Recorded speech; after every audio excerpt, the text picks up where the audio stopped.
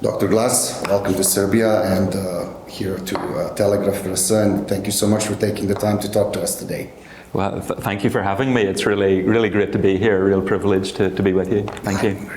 So, as I understand, this is your first time in our country, and how are you liking it so far? Yes, it is indeed my first visit to Serbia, and it's been wonderful. I've spent a couple of days in Novi Sad and arrived in Belgrade just yesterday evening. So it's been wonderful. I've enjoyed great hospitality here, and even the weather is very similar to Ireland, so I feel right at home. That's very true, yes, indeed. Well, today we'll talk a little bit about a very revolutionary and more popular, it's getting more popular by the day, artificial intelligence. So, looking at your impressive resume, I wanted to ask you, could you share with us how your diverse academic background in mathematics, philosophy, and theoretical physics has shaped your approach to research in artificial intelligence? Yes, it's an interesting question actually, just to look at the connections between different areas. And I think this is one of the things that's quite interesting about artificial intelligence, that it's used in so many different fields, that it's really quite an interdisciplinary subject in itself, because it can be applied in business and technology, but also in various branches of science. And it raises these philosophical questions too, about who we are as human beings and just what we're doing, ethical questions about the use of the technology. So I really like that interdisciplinary nature to AI. My own background was initially in mathematics, and then in postgraduate research I applied that to problems in physics, atomic physics. But I did have a big interest in how science worked. How does science get at the truth, and how do we evaluate theories and weigh evidence and so forth? And that led me into studying some philosophy. And a lot of these different strands come together in the field of AI, because mathematics obviously is playing a huge role in modern AI, the sorts of methods we're using. But also it's raising these kinds of philosophical questions, and indeed even in terms of how we use evidence and how we think about different hypotheses and so forth. This is all very, very central. And so it's these kinds of questions about the nature of evidence and explanation which are incredibly important in modern AI, that have been a sort of focus of my work, and which I find just as very interesting topics, and they have given me, if you like, a sort of pathway into the field of AI. Speaking of, you mentioned us being humans and having consciousness. In your view, is the concept of consciousness within AI purely theoretical, or are there any tangible developments that suggest it might be achievable? This is a huge question, and there are different opinions, of course, expressed about this. So I think it really does depend on how we think about the nature of consciousness itself, and also how we think about how AI works. And so I think this is really important to understand the nature of artificial intelligence, and also computation more generally. How does it work, and what are its limits? The way I look at this is that when we understand the nature of computation and the nature of AI, we can see that it's very different from something like consciousness, because the way we develop AI systems is to exhibit a certain kind of behavior or problem-solving capability, to make decisions, excuse me, and to act in various ways. But in order to do that, it's receiving some input. In one sense, it doesn't really matter what the processing is like internally. It's whether it does what we want it to do, whether it does it in a robust and reliable way. It's the output, in other words, that's important. And what's going on in between is actually a lot of very sophisticated statistical processing, so complex statistical models. And I think there's just no reason at all to think that these models would give rise to anything like consciousness. So the way I would view it is AI can simulate intelligent behavior, and actually simulate it much better than many of us thought it would be able to. And this will continue, I think, to develop. But I think consciousness is another matter, and I think the limitations are such that won't be achieved. The thing about that's been mostly, it's been talked about lately for a bit, I think, was the general artificial intelligence. So that is it any different than consciousness in AI, and how challenging is it to actually not to say evolve, but to make general artificial intelligence? Yeah. So, this is a really important question, I think, and an important distinction in terms of how we think about AI, because almost all that we do in terms of AI, well, everything we do at present really is what we would call narrow AI. It's focused on particular problems. Maybe somebody is developing an AI system for medical diagnosis. Somebody else is trying to develop AI for a self-driving car, but the first application will be of no use for the self-driving car, and vice versa. They're solving particular types of problems. So this is narrow AI, and this is what we've got at the moment. Could it become more general so that we achieve this AGI, artificial general intelligence? And I think the first thing to do would be to distinguish that from consciousness, which we've already talked about. So even if I'm right that consciousness isn't possible, it's still in principle possible that AI could achieve a human level of intelligent behaviour, or at least apparently intelligent behaviour, and able to solve a whole range of problems and perform a range of tasks at a similar level to humans. And this would be AGI. But I think the move from narrow to general is a huge one. I think this is an enormous problem. And I think my own view would be quite a sceptical one as to whether this is possible, because I think ultimately this would really require modelling something like the human brain to be able to achieve that kind of level of AGI. And I think there are limits on that. I just don't, I think given the nature of the brain as a complex system and the limits of mathematical modelling, I very much doubt whether that's actually achievable. But what we will see is the technology develop to solve more and more problems, and so I guess this is an open question.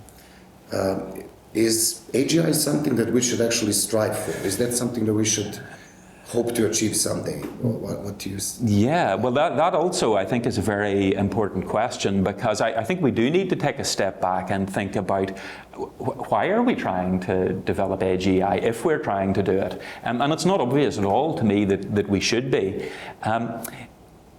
AI is a wonderful tool, and it's able to address so many problems and challenges in the world, scientific problems, medical problems, even in terms of the environment and so on. There are a lot of potential uses for and applications of AI.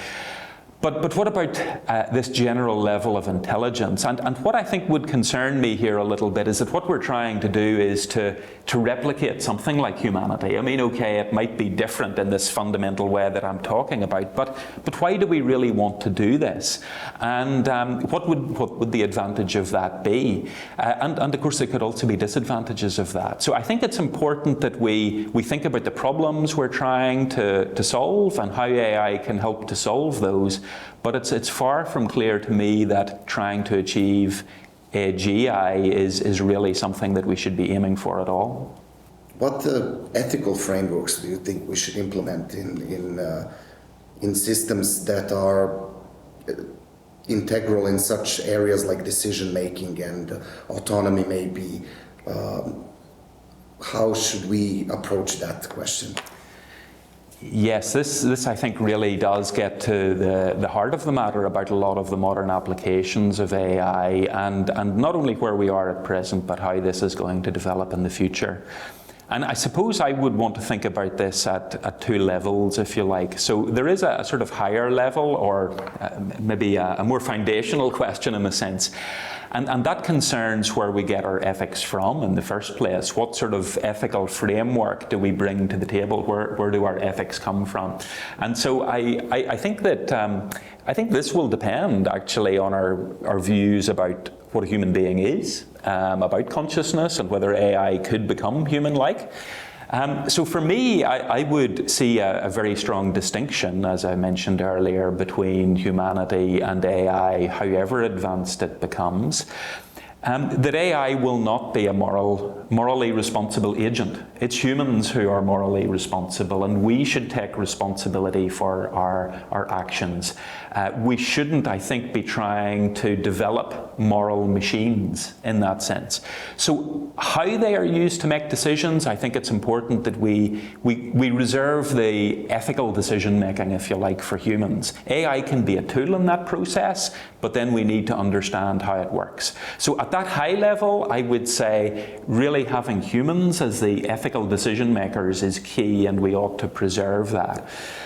The challenge is then how you bring that to a lower level, and how you regulate that, how you develop your technology to implement that in practice. And I think that is that's something that a lot of people in the field of AI are thinking about.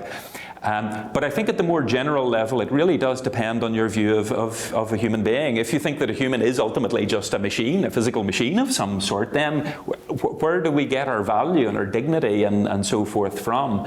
Whereas if you think, as I do, that humans are fundamentally different, then that gives you, or at least I think can provide a basis for that sort of ethical framework. And people will have different ways of viewing this. Personally, I view it from a particular perspective, a Christian perspective, which is where I would bring an ethical framework. But other people will, of course, take a different viewpoint. They might have an alternative way of looking at ethics, but still agree with me about the importance of placing human beings at the centre of our thinking about this. That is very interesting when you put it like that.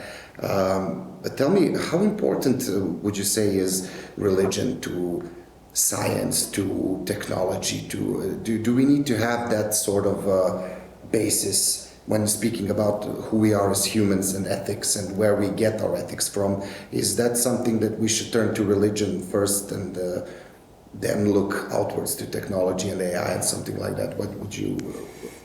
Well, I suppose the way I would look at it is in terms of, it depends what kind of question we want to answer, right? So if we want to apply our knowledge and adopt an ethical approach to the development of AI and other technologies as well, then I think the important thing is thinking about what a human being is, as I mentioned, and putting value and giving dignity to human beings. And so when we think of issues like privacy and how we use our data and so forth, I think considering the value and dignity of a human being is really important.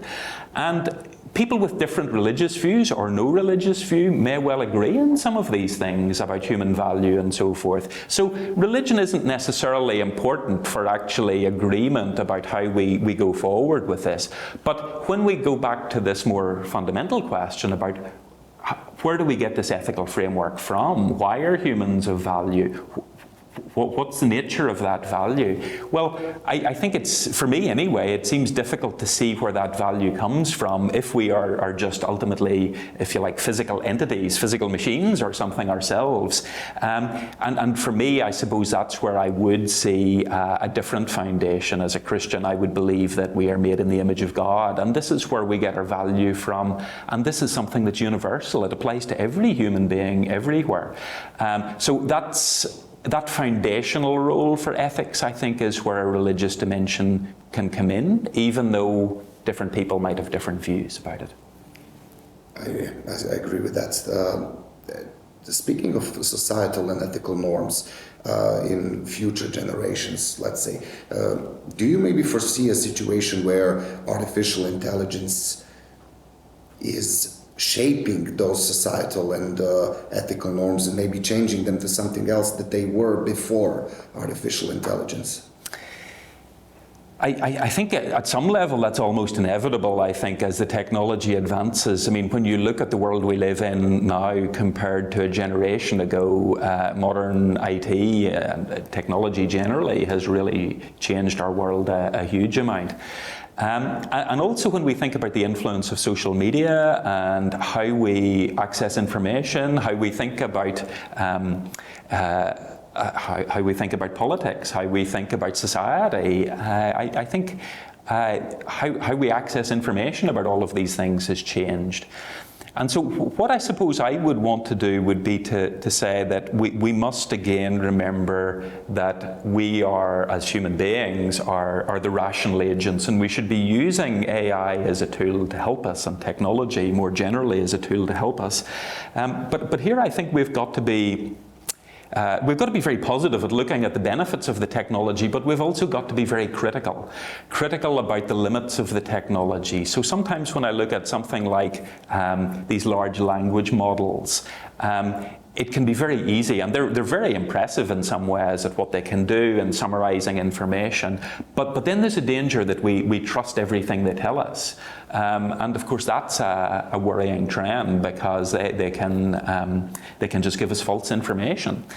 So I think we need to be very critical and to think carefully about the limits of the technology, so that we don't just get carried along with the flow of technology, which could lead us in a potentially negative direction. Speaking of negative direction, are there any what would you say are the challenges that young people today are facing in the modern world that is sequentially more and more oriented towards artificial intelligence? You mentioned information online. It's becoming much harder to differentiate what's true and what's not. I suspect that's one of the challenges. What are some other for young people?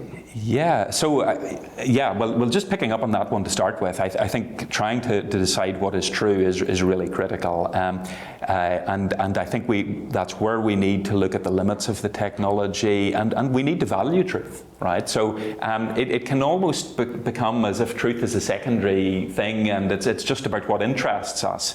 And I think as a society, it's important that we emphasize truth and don't take it for granted, because it's so important politically, in terms of science and every aspect of life. But in addition to that, I suppose one of the concerns here is that we just use the technology to do things for us, and we become reliant on it in so many ways. And I think this is increasingly a danger in education. That we just use ChatGPT or whatever technology it is to do certain things for us. And I think we need to, in our education system, we really do need to think about where we're going with this, because we want to be able to, I suppose, equip young people to use the technology responsibly in a way that can be beneficial for them. But if you like, not to switch off their critical faculties and just to go along with this. A further aspect to it is also our social engagement. I think there is a danger that we just are interacting with technology all of the time. And if we are inclined to think that this is somehow becoming human-like at some level, actually we maybe fail to value those personal relationships and interactions. And so I think it's again critically important that we emphasize the value of human relationships, and see technology as a useful tool that has its relevant place in our society, but also see its limits. Mm-hmm. Speaking of educational systems, potential of artificial intelligence transforming educational systems, or maybe education, also medicine and stuff like that, but mostly education in terms of personalized learning, perhaps. Is there a chance that our current education system becomes something entirely different in the years to come because of that potential for personalized learning, or? Yes, I think there is. I mean, we are already seeing quite a trend and a very rapidly changing environment with regard to our educational systems. Through the use of technology, and of course with what happened with COVID, that accelerated, I think, the emphasis on online learning. Things changed very dramatically in a short period of time. And I think this will continue. And I think there really is a responsibility on us then to think about how this can be done in a responsible way, to develop our education in a way that is really going to going back to the previous question, equip our young people to engage in the modern world that is rapidly changing. So yes, I think that could be right in terms of much more tailored education, and of course we can do this already, right? I mean, we can go online and we can select the things, the courses and so forth that are to our particular interests.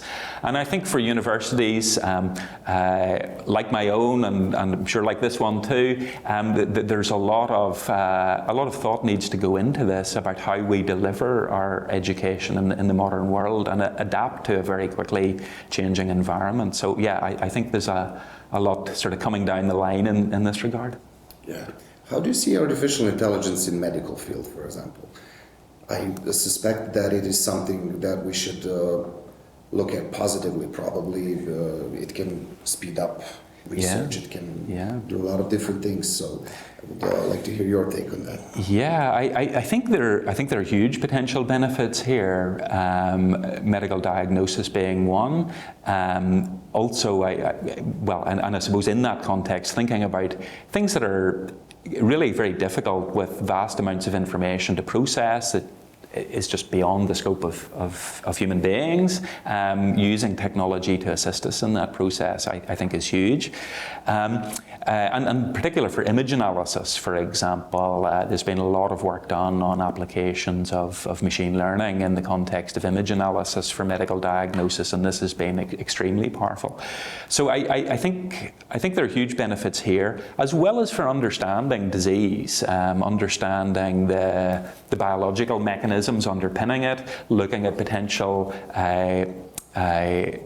drugs that could be developed. Again, AI has a huge role to play in these kinds of problems because of its ability to take vast amounts of data and to be able to find patterns in it and to process that.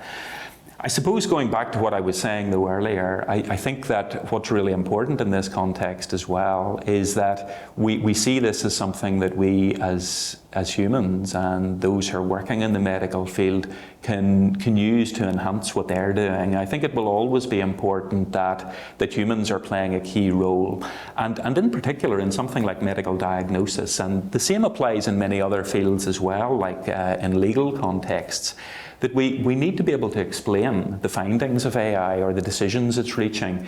It might be in some cases the technology can be very good at making the right prediction, but if we don't understand how it's making that prediction, then there's a real question about whether we can trust its findings and whether we can use it. So I think developing these technologies in a sort of robust and transparent way that can enable us to trust it, or perhaps better to trust the people who developed it and the findings that come from it. I think these are really key directions to go in. I wanted to ask you something from a little bit of a different perspective, actually, from a philosophical standpoint. How does rise of artificial intelligence challenge our traditional understanding of human intelligence and consciousness as well? Yeah. So it does. I think what it does is it raises a lot of traditional questions in a fascinating new way. So, for example, if we think about what it means to be a human being, what it means to be intelligent. What can be achieved by means of technology or computation? I mean, these questions, certainly some of them about humanity, have been around, of course, for thousands of years. And from the initial beginnings of the development of the modern computer, questions were very quickly raised about whether it could become intelligent and whether it could think and so forth. You go right back to Alan Turing in a paper that he wrote in 1950, for example, addressing these kinds of questions. So I think what has happened more recently is that because these were asked in the 20th century as sort of more abstract questions, because the technology was really nowhere near as advanced, of course, as it is today. And so these questions, I think, have come along again, these philosophical questions, with a renewed interest and perhaps importance because the technology is now so much more advanced. But I think the questions remain the same, actually, and I think thinking about the nature of intelligence, thinking about what it means to be human,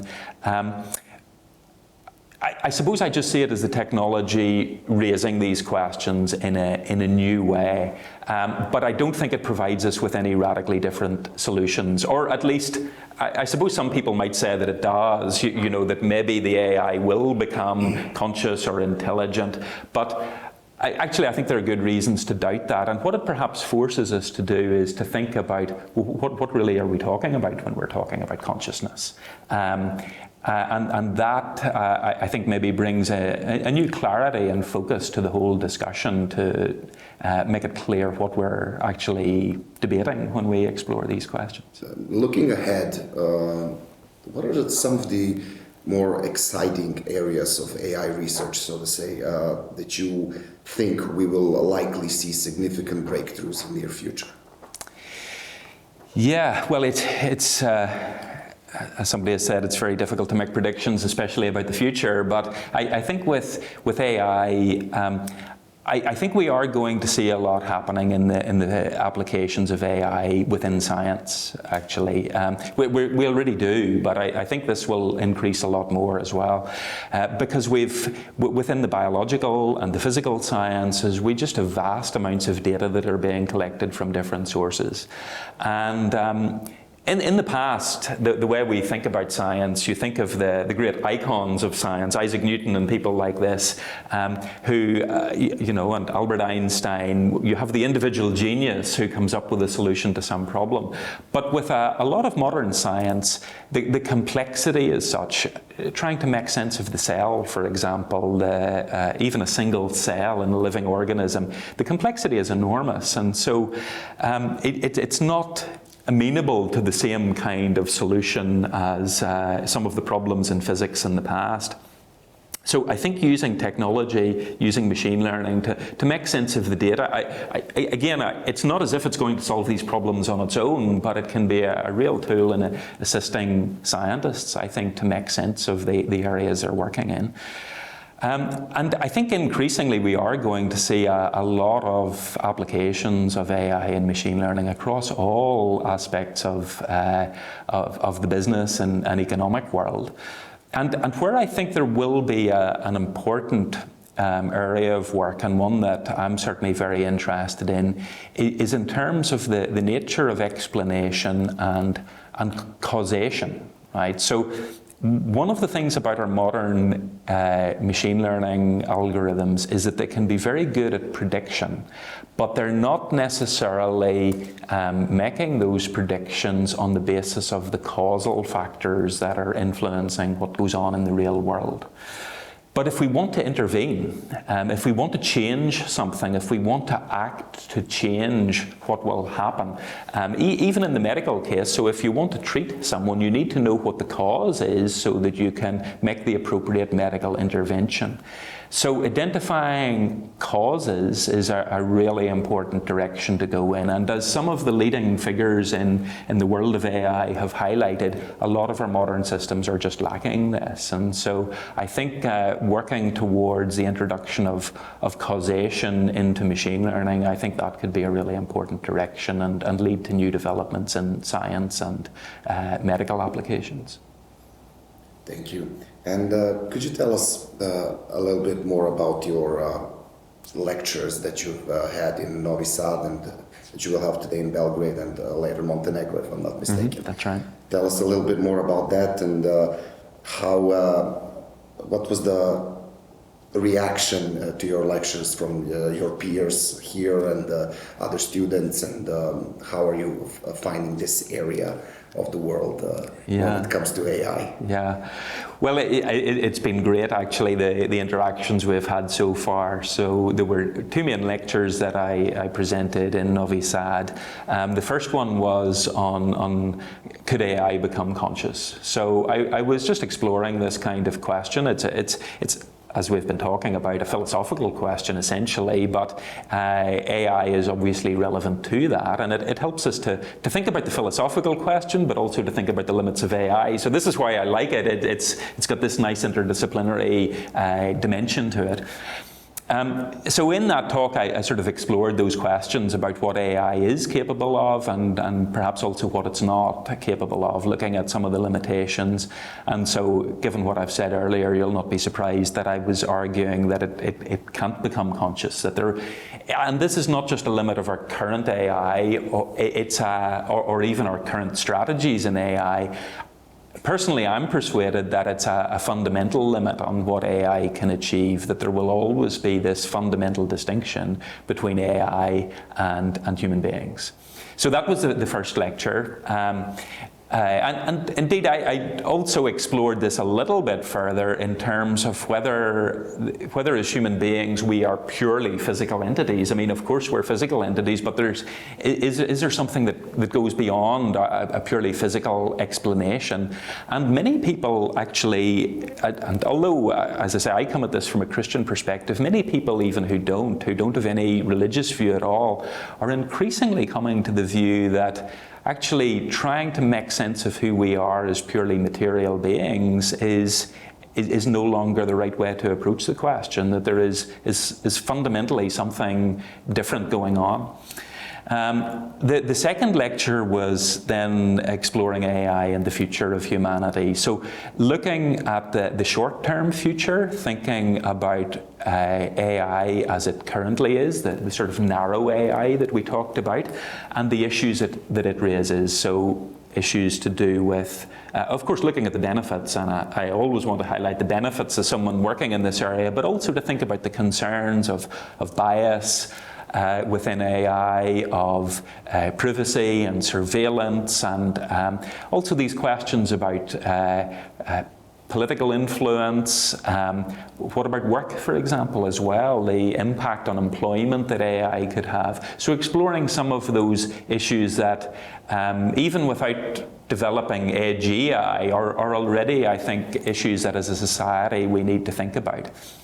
And then going on to the more speculative end of this, so thinking about edge AI or superintelligence, and you know, even though I'm skeptical about it, still thinking about, well, what are the motivations here that are driving people in this direction? And some of them are, if you like, kind of quasi-religious motivation, that basically we look at human life and we look at the problems and we look at unhappiness and we look at suffering and ultimately the fact that we die. And some people, now this is not generally the case within AI, but some writers are basically saying, well, we can overcome these problems, even death, with the help of technology. Technology is the solution.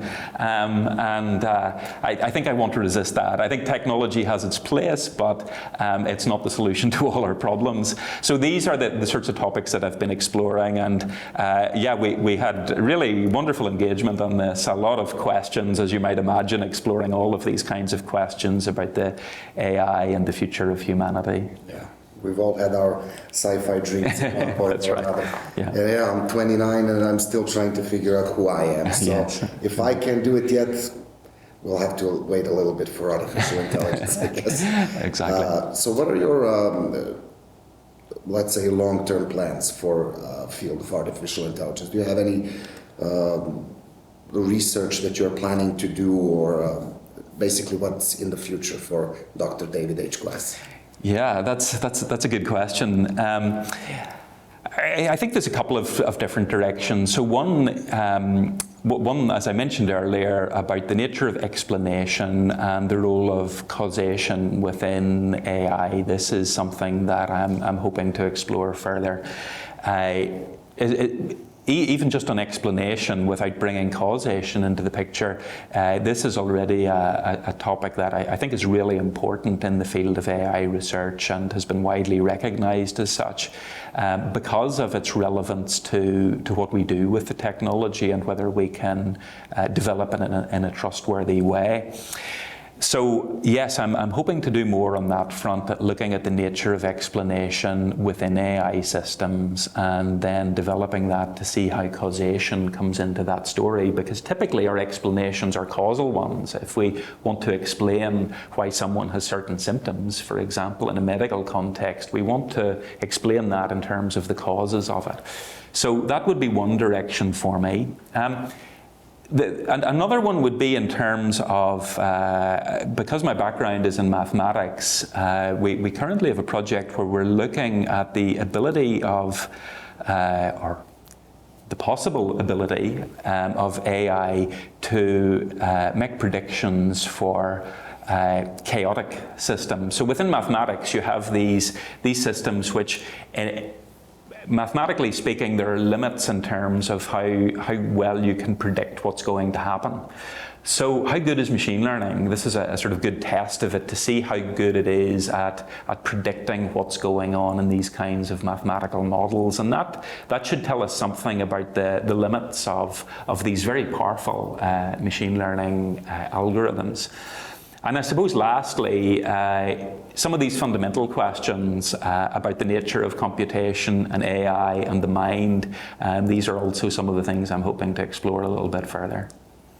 Well, I thank you so much for your time today, and it's been truly eye-opening and pleasurable experience talking to you, Dr. Glass, and have fun at your next lecture. It was a pleasure to have you here and in Serbia as well, and thank you so much for your time. It's a real pleasure to be here. Thank you very much.